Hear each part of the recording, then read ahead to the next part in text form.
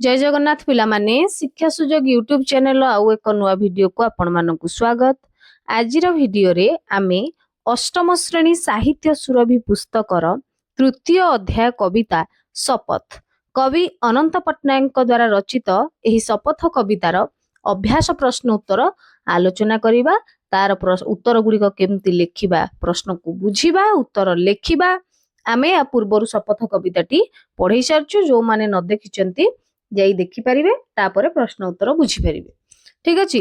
पाठ्य अंतर्गत आस कविताटी भल भाबे आवृत्ति करिबा, बुझिबा, उत्तर लिखिबा। आग प्रथम कविताटा को बुझिबा, आवृत्ति करिबा, मने रखिबा, तापर प्रश्न उत्तर करिबा। प्रश्नर ना रहिछि मो बुझिबारे क निम्नलिखित प्रश्नर उपयुक्त उत्तर पाखरे तारा चिन्ह स्टार चिन्ह देबा। एक नंबर पठित कवितारे केउ मानंकु दहन करिबा पई कवि कहिसंती, केउ मानंकु जाळिबे। पिले माने कविताटी मने अछि तो, जार कविताटी मने अछि से ठीक उत्तर देई परिबो। कोन थिला?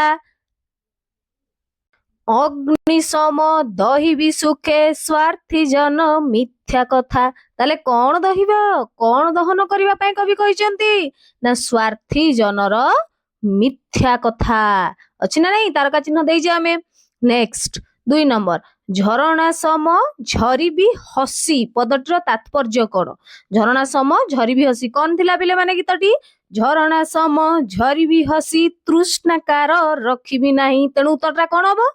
तृष्णाकार रखिबी नाही।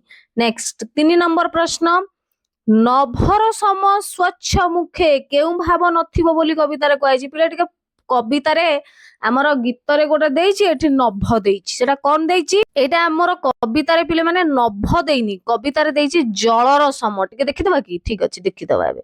जलर सम कवितारे अछि जलर सम स्वच्छ मुखे, किंतु एठी प्रश्न रे कहि देला नभर सम। तेनु एटा जलर सम हबो। जलर सम स्वच्छ मुखे, जलर सम स्वच्छ मुखे केउ भाव नथिबो बोली कवितारे कहा जाइछि। जलर सम स्वच्छ मुखे नथिबो केबे हिंसा व्यथा। कोन नथिबो पिले माने? हिंसा व्यथा। तेणु कविताटी जे मन रखिबो, कविताटी को जे भल भाबरे बुझी परिबो, से प्रश्नर उत्तर ठीक ठीक देई परिबो आ बुझी परिबो। कोन हैला? जलर सम स्वच्छ मुखे नथिबो केबे हिंसा व्यथा। जलर सम स्वच्छ मुखे केउ भाव नथिबो ना हिंसा भाव नथिबो, हिंसा व्यथा नथिबो। 4 नंबर प्रश्न काहा परी कवि दुख प्रास को आवरी नेबा पई कवितारे कहिसंती पिले माने कविताटा कोन थिला? कवितार सेई पदटा को मने पकेइबा। कोन थिला पिले माने? धरणी सम नेबी रे नेबी बखे बही दुख प्रास। माने पृथ्वी परी सही नेबी। कोन सही नेबी? हृदय रे कोन सही नेबी? दुख कष्ट जंत्रणा को सही नेबी। ताले कोन काहा परी कवि दुख प्रास को आवरी नेबा पई कवितारे कहिसंती ना धरणी सम पृथ्वी परी।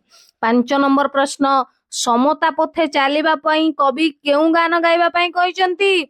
समता पथे पताका बाही शांति रमु रचिबी गान। को गान गाइबे ना शांतिर गान। को गान? समता पथे चालिबा पई कवि केउ गान गाइबा पई कहिसंती?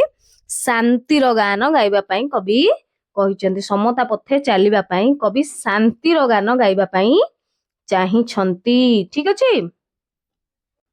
1 नंबर सरी गला। एबे देखिबा ख। 1 नंबर क र प्रश्न उत्तर सरी गला। एबे देखिबा ख। तुमर सांग माने भिन्न उत्तर बाछि थाई पारंती, तुमे बाछिथिबा उत्तर काहे बाछिलो ता सेमानक सहित आलोचना कर छाडी दियो। एबे देखिबा मिली मिसी जोड़ीबा, याकू जोड़ीबा। कोन? कवितारु किछि पद क स्तंभ रे दिया जाइछि, सेही पद गुड़िकर अर्थ ख स्तंभ रे दिया जाइछि। ठीक उत्तर को रेखा द्वारा जोड़ीबा। ठीक उत्तर को हमें कोन करिबा? रेखा द्वारा जोड़ीबा। क स्तंभ एवं ख स्तंभ कोन देइछि?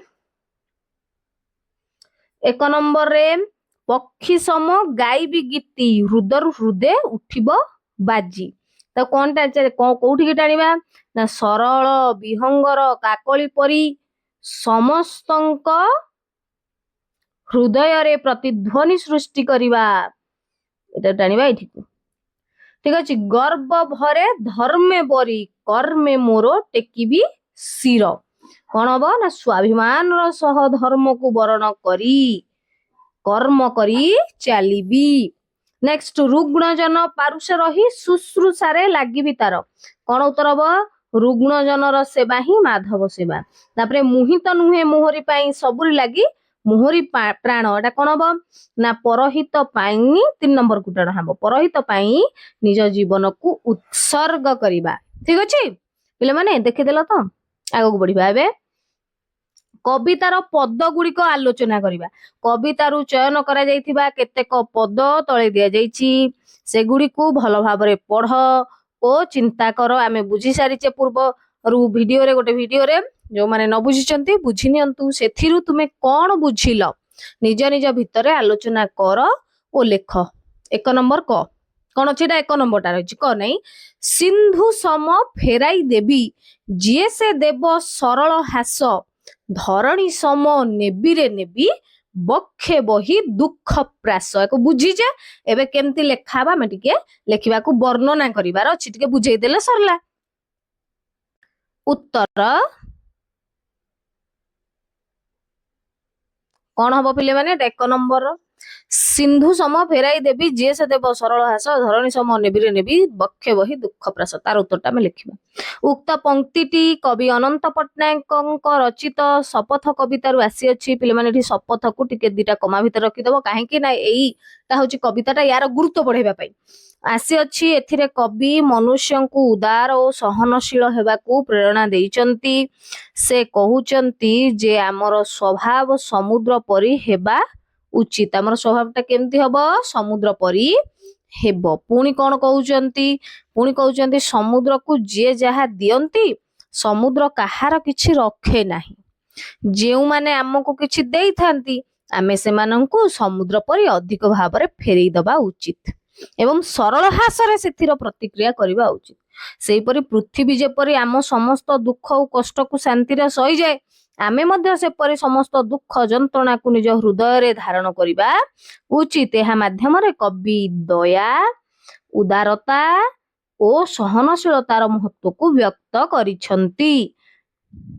ନେକ୍ସଟ 2 ନମ୍ବର ପ୍ରଶ୍ନଟି, ମୁହିଁ ତ ନୁହେଁ ମୋହରି ପାଇଁ ସବୁରି ଲାଗି ମୋହରି ପ୍ରାଣ, ସମତା ପଥେ ପତାକା ବାହି ଶାନ୍ତିର ମୁଁ ରଚିବି ଗାନ। ୟାକୁ କେମିତି ଲେଖିବା ଆମେ ମାନେ? ଏହି ପଂକ୍ତିରେ କବି ନିଜର ନିଷ୍ଠା ଓ ମାନବତାର ଭାବକୁ ବ୍ୟକ୍ତ କରିଛନ୍ତି। କବି କେବଳ ନିଜ ସ୍ୱାର୍ଥ ପାଇଁ ବଞ୍ଚୁ ନାହାନ୍ତି, ବରଂ ସମସ୍ତଙ୍କ ଭଲ ପାଇଁ ନିଜ ପ୍ରାଣକୁ ଉତ୍ସର୍ଗ କରିବାକୁ ପ୍ରସ୍ତୁତ ବୋଲି ଜଣାଇଛନ୍ତି। ସମାନତା ଓ ନ୍ୟାୟର ପଥରେ ଆଗକୁ ବଢିବେ ଏବଂ ତାହାର ପ୍ରଚାର କରିବେ। ସମାନତା ଏବଂ ନ୍ୟାୟର ପଥରେ ଆଗକୁ ବଢିବେ, ତାର ପ୍ରଚାର କରିବେ। ଶେଷରେ ସେ କହୁଛନ୍ତି ଯେ ସମାଜରେ ଶାନ୍ତି, ମୈତ୍ରୀ ଓ ସହଯୋଗର ସନ୍ଦେଶ ବା ବାର୍ତ୍ତା, ସନ୍ଦେଶ ମାନେ କଣ ପିଲାମାନେ? ବାର୍ତ୍ତା ପ୍ରଚାର କରିବେ। ଏହି ପଦ୍ୟଟି ସମାଜ ସେବା, ସମତା ଓ ଶାନ୍ତିର ମହତ୍ୱକୁ ପ୍ରତିପାଦିତ କରେ। ପ୍ରଶ୍ନ ନମ୍ବର 3, ଝରଣା ସମ ଝରିବି ହସି, ତୃଷ୍ଣାକାର ରଖିବି ନାହିଁ, ଶସ୍ୟ ଦଳେ ଧରିବି ଲସି, ଭୋକିର ଭୋକ ଜୀବରେ କାହିଁ। ଉକ୍ତ ପଂକ୍ତିଟି କବି ଅନନ୍ତ ପଟ୍ଟନାୟକଙ୍କ ରଚିତ ଶପଥ କବିତାରୁ ଆସିଛି। ଏଠାରେ କବି ଶପଥ ନେଇଛନ୍ତି ଯେ ଝରଣା ଯେପରି ନିରନ୍ତର କୁଳୁକୁଳୁ ଶବ୍ଦ କରି ଖୁସିରେ ବହିଯାଏ ଓ ସମସ୍ତଙ୍କୁ ତାର ସ୍ୱଚ୍ଛ ମଧୁର ଜଳ ଯୋଗାଇ ଦିଏ, ପ୍ରତ୍ୟେକ ମନୁଷ୍ୟ ସେପରି ଖୁସିରେ ସମସ୍ତଙ୍କୁ ସାହାଯ୍ୟ କରିବା ଉଚିତ। ପୁନଶ୍ଚ କବି ଏହା ଶପଥ କରୁଛନ୍ତି ଯେ ତାଙ୍କର ପରିଶ୍ରମରୁ ଯେଉଁ ଅନ୍ନ ଉତ୍ପନ୍ନ ହେବ ସେଥିରେ ଦୁନିଆର ଭୋକ ଦୂର ହୋଇଯିବ, ସମସ୍ତଙ୍କର ଖାଦ୍ୟ ଆବଶ୍ୟକତା ପୂରଣ ହେବ। ବର୍ତ୍ତମାନ ପରବର୍ତ୍ତୀ ପ୍ରଶ୍ନକୁ ଆମେ ଦେଖିବା। ପରବର୍ତ୍ତୀ ପ୍ରଶ୍ନ ହେଉଛି ଅନୁମାନ ଓ କଳ୍ପନା। ଆସ ମିଳିମିଶି ଆଲୋଚନା କରିବା। ପଠିତ କବିତାରେ ଶପଥର ଆହ୍ୱାନ ଦିଆଯାଇଛି। ତୁମ ବିଚାରଧାରାରେ କେଉଁ କେଉଁ ଶପଥ ଅଧିକ ମହତ୍ୱପୂର୍ଣ୍ଣ ଓ କାହିଁକି ଆଲୋଚନା କର ଏବଂ ଏହି ବିଷୟରେ ଏକ ପରିଚ୍ଛେଦ ଲେଖ।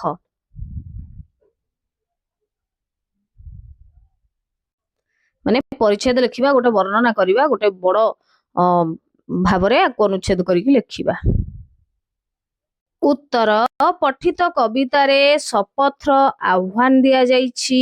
ମୋ ବିଚାରଧାରାରେ ନିମ୍ନଲିଖିତ ଶପଥ ଗୁଡିକ ଅଧିକ ମହତ୍ୱପୂର୍ଣ୍ଣ, ଯେପରି ଝରଣା ଯେପରି ନିରନ୍ତର କୁଳୁ କୁଳୁ ଶବ୍ଦ କରି ଖୁସିରେ ବହିଯାଏ ଆଉ ଆଉ ସମସ୍ତଙ୍କୁ ତାର ଶୀତଳ ମଧୁର ଜଳ ଦାନ କରେ। କବି ଶପଥ କରି କହିଛନ୍ତି ଯେ ସେ ମଧ୍ୟ ସବୁ ଲୋକଙ୍କର ଦୁଃଖକୁ ଦୂର କରିବେ, ଯେପରି କେହି ଅସୁବିଧାରେ ରହିବେ ନାହିଁ ସେଥିପ୍ରତି ଦୃଷ୍ଟି ଦେବା ହେଉଛି କବିଙ୍କର ଶପଥ ଏବଂ ଏହା ଆମମାନଙ୍କ ପାଇଁ ମଧ୍ୟ ଶପଥ ହେବା ଉଚିତ। ପରବର୍ତ୍ତୀ ଶପଥ, ଗୋଟେ ଶପଥ ଗଲା। ଅନ୍ୟ ଶପଥରେ କଣ? ସ୍ୱାର୍ଥୀ ଲୋକର ମିଥ୍ୟା ଠକାମିକୁ ନିଆଁ ପରି ପୋଡ଼ି ନଷ୍ଟ କରିଦେବା ହେଉଛି ଶପଥ।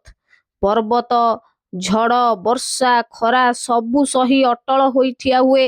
ଆମେ ମଧ୍ୟ ଜୀବନରେ ସବୁ ଅସୁବିଧାକୁ ଧୈର୍ଯ୍ୟର ସହ ସାମ୍ନା କରିବା ଉଚିତ।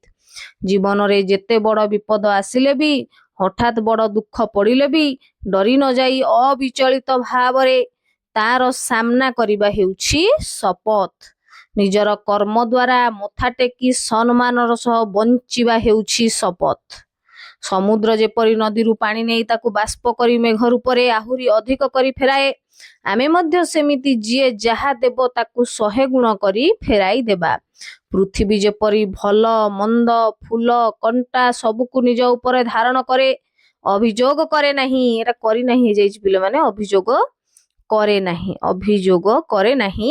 ଆମେ ମଧ୍ୟ ସେପରି ଅନ୍ୟର ଦୁଃଖ ଯନ୍ତ୍ରଣାକୁ ନିଜ ଛାତିରେ ନେଇ ସେମାନଙ୍କର ଦୁଃଖକୁ ଲାଘବ କରିବୁ।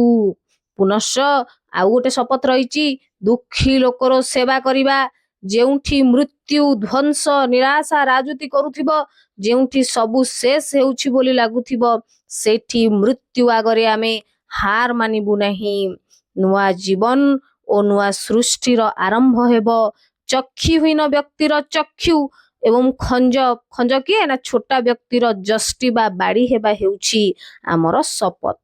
ଜୀବନର ଲକ୍ଷ୍ୟ କେବଳ ବ୍ୟକ୍ତିଗତ ସୁବିଧା ହାସଲ ନୁହେଁ, ଏହା ଏ ଜୀବନ ସମସ୍ତଙ୍କ ପାଇଁ ସମତାର ପଥରେ ପତାକା ଧରି ଚାଲିବା, ବିଶ୍ୱରେ ଶାନ୍ତିର ବାର୍ତ୍ତା ଖେଳାଇବା ହେଉଛି ଶପଥ।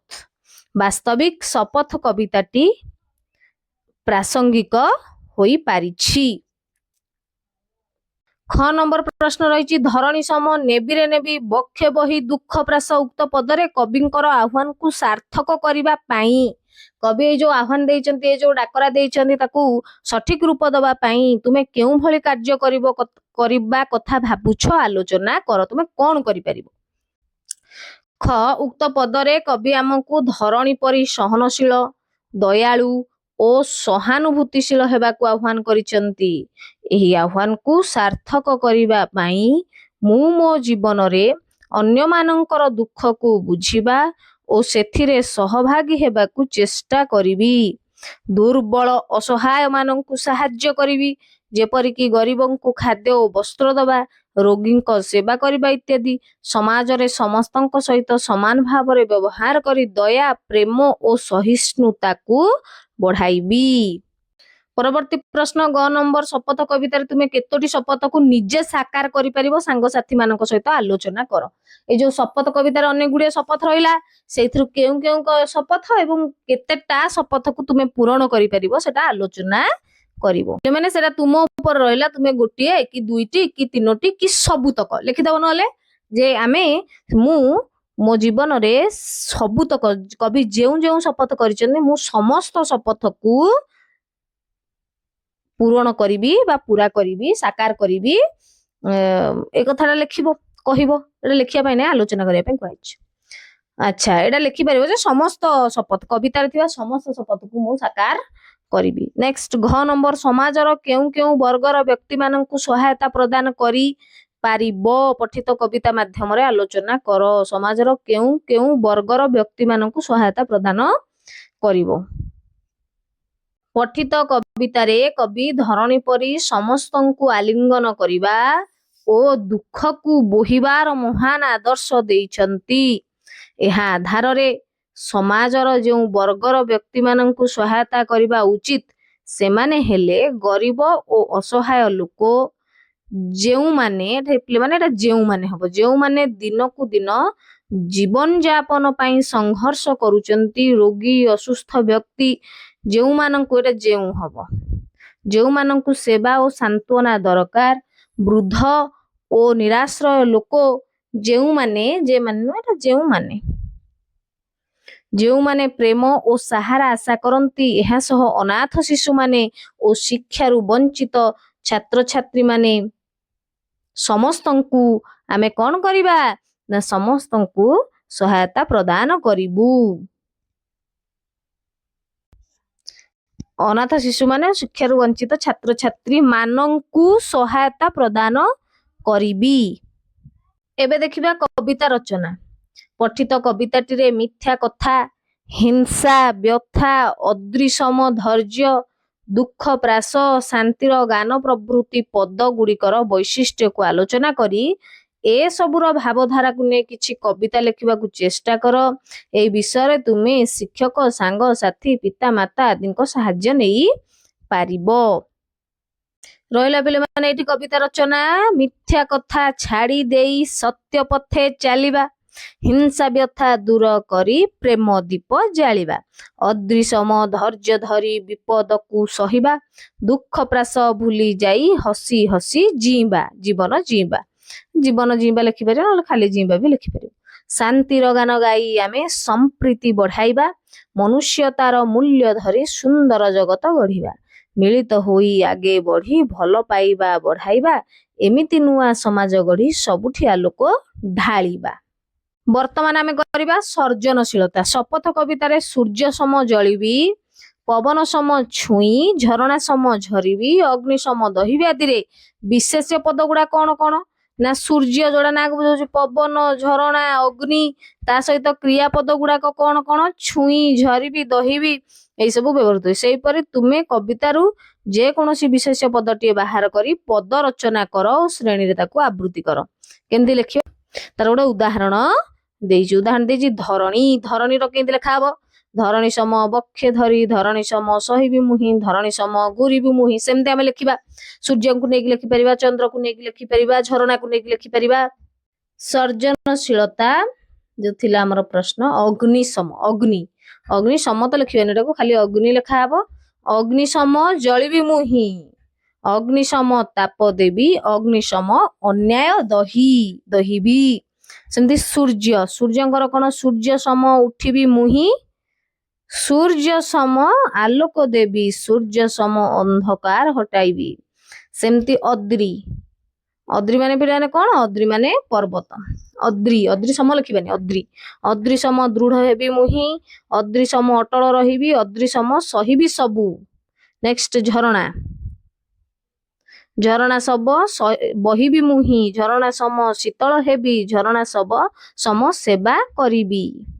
ନେକ୍ସଟ ପ୍ରଶ୍ନ ରହିଛି କବିତାର ଶୀର୍ଷକ। କବିତାର ଶୀର୍ଷକ ଶପଥ ରହିଛି। ଯଦି ତୁମେ এই କବିତାର ଶୀର୍ଷକ ପରିବର୍ତ୍ତନ କରିବାକୁ ଚାହୁଁଛ, ତେବେ ଏହାର ନାମକରଣ କଣ ଦେବ, କାହିଁକି ଦେବ ଭାବୁଛ, ସାଙ୍ଗସାଥୀ ମାନଙ୍କ ସହିତ ଆଲୋଚନା କର। ଏଇ କବିତାର ଶପଥର ଶୀର୍ଷକ ରହିଛି, କବି ଦେଇଛନ୍ତି, କିନ୍ତୁ ଆମେ ଆର ଶୀର୍ଷକ ଆଉ କଣ ଦେଇପାରିବା, ଆଉ ଯଦି ଯାହା ବି ଶୀର୍ଷକ ଦବା ସେଟା କାହିଁକି ଦବା ତାକୁ ଲେଖିବା। ଆମେ କବିତାର ଶୀର୍ଷକ କେମିତି ଦେଇପାରିବା? ସତ୍ୟ ଓ ମାନବତାର ପଥେ। ସତ୍ୟ ଓ ମାନବତାର ପଥେ ଏମିତି ଦବାର କାରଣ କଣ ନା ଏଇ କବିତାରେ ମିଥ୍ୟା କଥା ଛାଡ଼ି ସତ୍ୟରେ ଚାଲିବା, ହିଂସା ବ୍ୟଥାକୁ ଦୂର କରିବା, ଅଦ୍ରିସମ ଧୈର୍ଯ୍ୟ ଧରିବା ଓ ଶାନ୍ତିର ଗାନ ଗାଇବା ପରି ଉଚ୍ଚ ମୂଲ୍ୟବୋଧ ଦିଆଯାଇଛି। ତେଣୁ ଏହା କେବଳ ଶପଥ ନୁହେଁ, ବରଂ ସତ୍ୟ, ଶାନ୍ତି ଓ ମାନବତାର ମାର୍ଗରେ ଚାଲିବାର ଆହ୍ୱାନ। ସେଇଥିପାଇଁ ଏହି ଶୀର୍ଷକ ଉଚିତ ମନେ ହୁଏ। ଏବେ ଦେଖିବା ଭାଷା ବିଚାର। ପଠିତ କବିତାରେ କବି କେଉଁପରି ହେବା ପାଇଁ ଶପଥ ନେଇଛନ୍ତି ନିମ୍ନ ରେଖା ଚିତ୍ରରେ ଥିବା ଶୂନ୍ୟ କୋଠରୀରେ ଲେଖିବା। ଶପଥ କଣ କଣ ଶପଥ ନେଇଛନ୍ତି?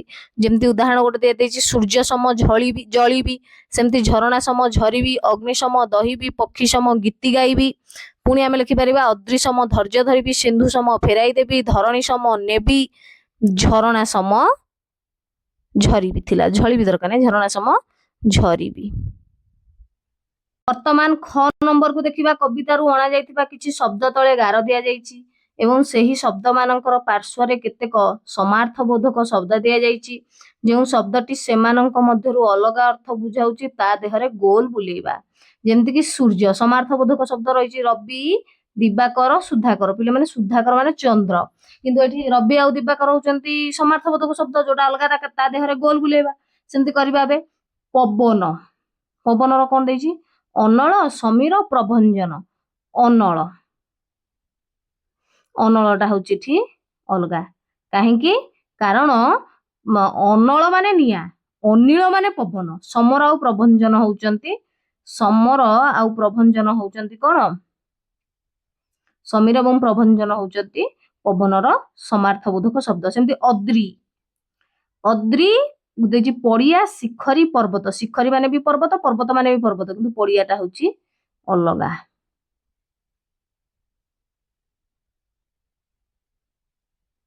ପଡିଆଟା ହଉଛି କଣ ଅଲଗା ପଡିଆକୁ ଏଠି ଆମେ सर्कल करिया वृत्त करिया धरणी धरणीर कौन धरा सूता वसुधा धरा माने भी पृथ्वी वसुधा माने भी पृथ्वी किंतु सूता माने अलगा झील ए जो सूता देछि रा झील तेणु अलगाटा होछि कोन सूता पद्म पराग पंकज अरविंद एटु अलगा कोन हबो देछि पराग पंकज पंकज माने पद्म अरविंद माने भी पद्म किंतु पराग माने अलगा जह्न होछि शस्य निशाकर शस्य शस्य निशाकर हेले जह्न किंतु शस्य होछि कोन अलगा ठीक अछि एबे आगकू बढ़िबा ग कवितार थिबा निम्नलिखित क्रियापद को नहीं वाक्य गठन करी चार्ट कागज रे लेखिबा और श्रेणी कक्ष रे ताकू टांगीबा जे आमे लेखि देइछे तुम माने श्रेणी कक्ष रे टांगी परिबो एटू देखिकी जेमती जळीबी कोन ना ज्ञानर दीप शिक्षा परि जळीबी ओ अंधकार को दूर करिबी ढळी संध्या बेले सूर्य पश्चिम आकाश को ढळी जांती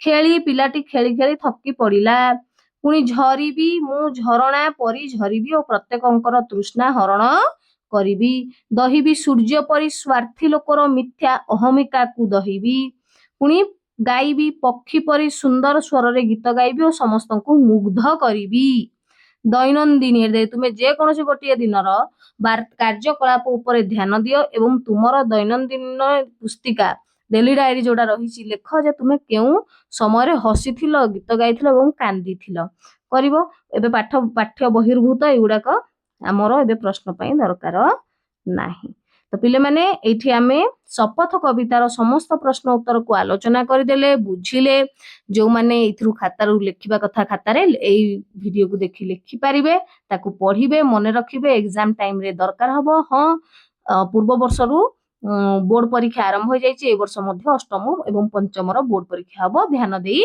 पाठ निश्चित भाव में पढ़ुथिबे वीडियो टी को शेष पर्यंत देखि धन्यवाद।